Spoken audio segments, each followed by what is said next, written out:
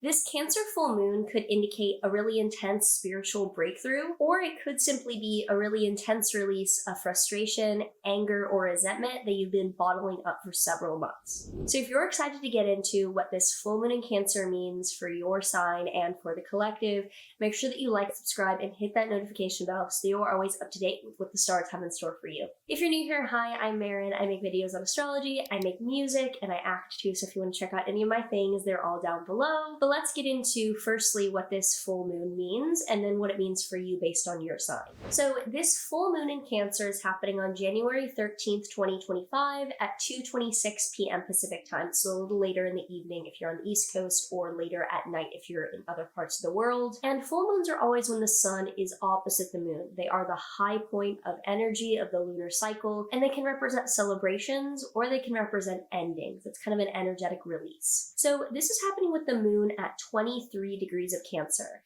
And the moon, thankfully, is in its own sign. So whenever a planet or the sun or the moon are in their own signs, they're really comfortable to manifest clearly and constructively and grounded in that signification. So with the moon, its emotions, this is showing that whatever emotions are coming up, we have an ability to navigate them more comfortably than we might otherwise. So the moon is in the last third or the last decan of Cancer, and this is also ruled by the moon. So each decan, each third has a little bit of like extra texture with rulership from another planet as well. This is double moon, which is also associated with the Four of Cups tarot card, known as the Lord of Luxury. And often like this is a card that comes up when you are provided abundantly and you are not interested in getting any more. You're like, I'm good. I've had enough of this. I am full. I am satiated with how much I've gotten in this particular area of my life. I am satisfied and I've had enough. And it could even show that you've gotten a lot and you're unfulfilled. So it's like you don't want any more of this because you've already had all that you need and it's unfulfilling. Now, the moon is conjunct Mars retrograde, which is where that anger, that frustration, and that big, just kind of fiery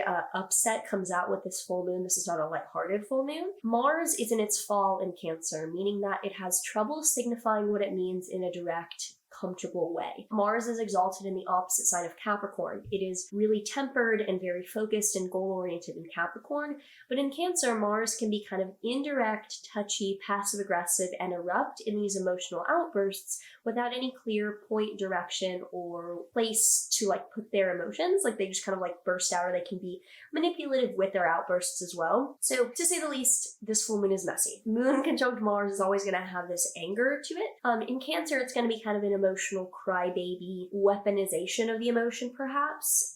It might be a release of some bottled up resentment that you've been holding on to let go at the correct time to make another person feel as bad as they can. And it might be like you taking out vengeance or just having a waterfall of being upset at something that has been plaguing you for a little while internally. I say that this is not something new and this is something older because Mars is retrograde, showing that we're going back to cover ground that has already been brought up. So if you have anything in the late degrees of Cancer like I do, I have my descendant there, which isn't a planet. It just shows like something, like if you have like an angle or a planet there, just know that something that could be held in your personal life or held in another area of your life where you're taking it personally could release and could let go and really come out. So if you think you know what it is, I bet you do, because it's like you've already been holding this and it's going to come out. Now, the sun is opposite the moon and it's at 23 degrees of Capricorn. So the sun in Capricorn shows that the overall air of the season is rather mature and rather contained. It's not this exuberantly upset energy overall. But the sun is in a Saturn-ruled sign. So Capricorn is ruled by Saturn. That's about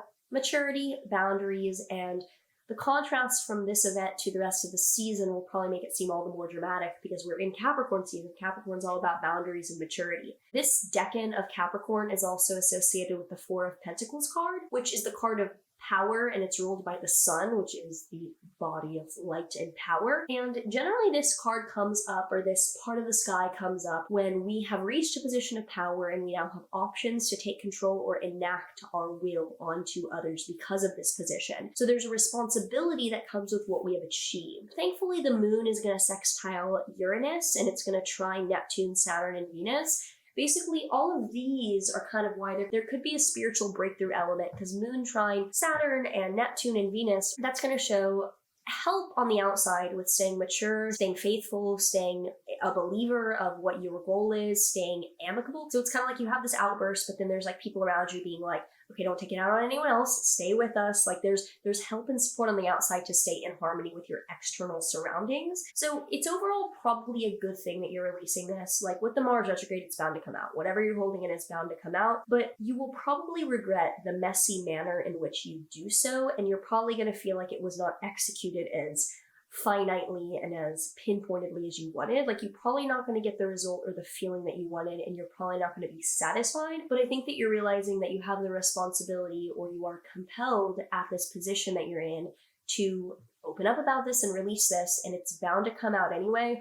I would just try to not do anything for the emotional shock value and try to do things that legitimately feel reasonable for the situation at hand. So if you already have any thoughts about this full moon, do let me know down below. I'm interested to hear how you feel about this and all the things around this for you. Otherwise, let's get into what it means for each of the rising signs. So this is based on your rising sign or your ascendant. That is how transits fall in the chart. So that is how we read just generalized horoscopes. So Aries rising, this is going to be in your 4th house of home or family. You could be having a really intense move out situation, and you could be on your last leg with someone like parents, roommates, or landlords, where you're like, I've had it, I am ending this family property situation. Taurus risings, this is in your 3rd house of communication, productivity, content, and day-to-day habits and what you have to do. So there might be something like content or a writing project or a school project that you've had enough on, and you're just like carelessly done, and you've had it, you're putting it out there, or you're quitting a day-to-day monotonous project you've been working on. For Gemini risings, this will be in your 2nd house of income and money. This shows that you could be very upset at an income stream or at a job that's requiring you to make money in a certain way. And you could either have a blowout ending at work and no longer make money in this way, or you could be overspending significantly and blowing up a credit card in a way that's rather aggressive. For Cancer risings, this is in your 1st house of self. So this is kind of all about you and who you are and what you're going to be doing. So Cancer risings, this is definitely significantly about you guys and about releasing something personal, meaningful, or identity-based, where you're like, here I am, world, I'm going to be aggressive about this. For Leo risings, this is in your 12th house of mental health.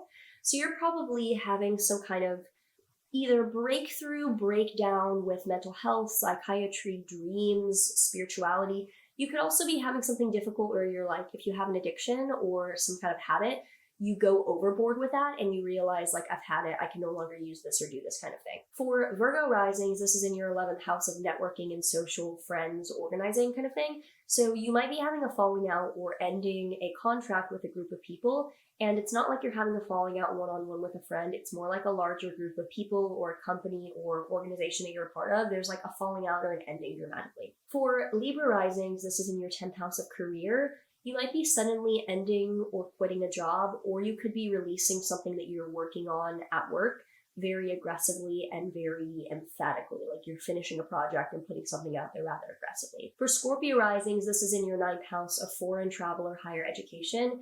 You could be having a trip or study abroad, long distance kind of thing, cut short, and you could dramatically be ending that.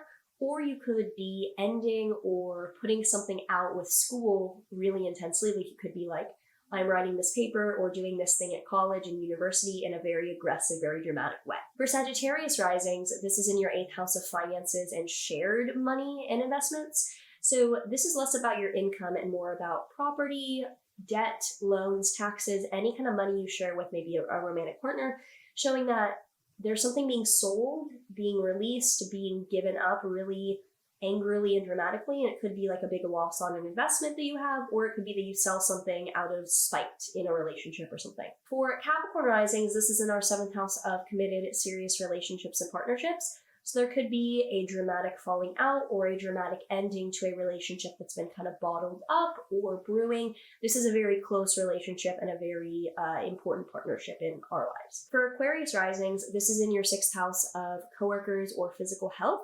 So for a lot of you, you could either be firing a team of people that work for you, switching out people that work for you, having a big falling out with the people that you work around, or it could be that you are having something dramatic happen with your physical health to an extent, and that is shedding light on something or ending a certain chapter physical health-wise, in a sense. Like, for example, if you're undergoing a certain treatment, some issue presents itself and you're like, okay, no more of that. Or if you're on a medication, an issue presents itself and you're like, yeah, no more of that. So it's more about something building up rather than something random and unrelated to treatment that you're doing or something like that. And then for Pisces risings, this is in your 5th house of romance and creativity.